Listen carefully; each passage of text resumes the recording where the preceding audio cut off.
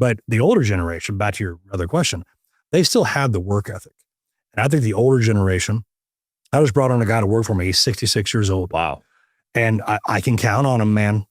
He's 66 and he's like, Chad, I don't have enough to retire. And most people don't have enough money to retire. And by the way, why is retirement the goal?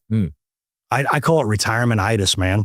The idea, the disease that you think that whenever you're going to become 65 years old, you're going to sit on your nuts and not do anything and be happy. It's retirement-itis. That's a disease. If you're going to retire at 65 years old, because that's what Wall Street and the United States government has planted in our minds, that we're supposed to retire and do nothing at 65. But if you check all the blue zones, you look at countries where people live over 100 years old, they never stop working. And if we stop working at 65, we're the only animal in the kingdom that stops hunting, stops working, stops trying to survive.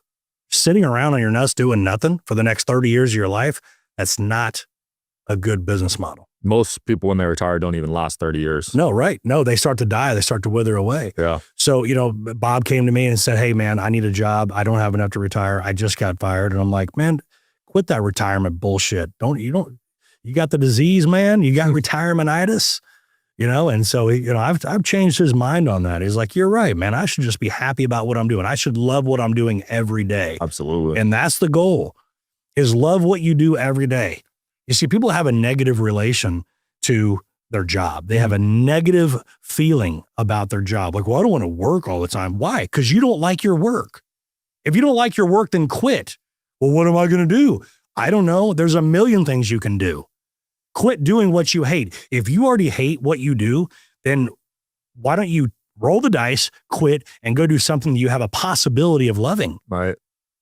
And then that just shocks them. That makes them so fearful. They don't want to make the wrong move. Yeah.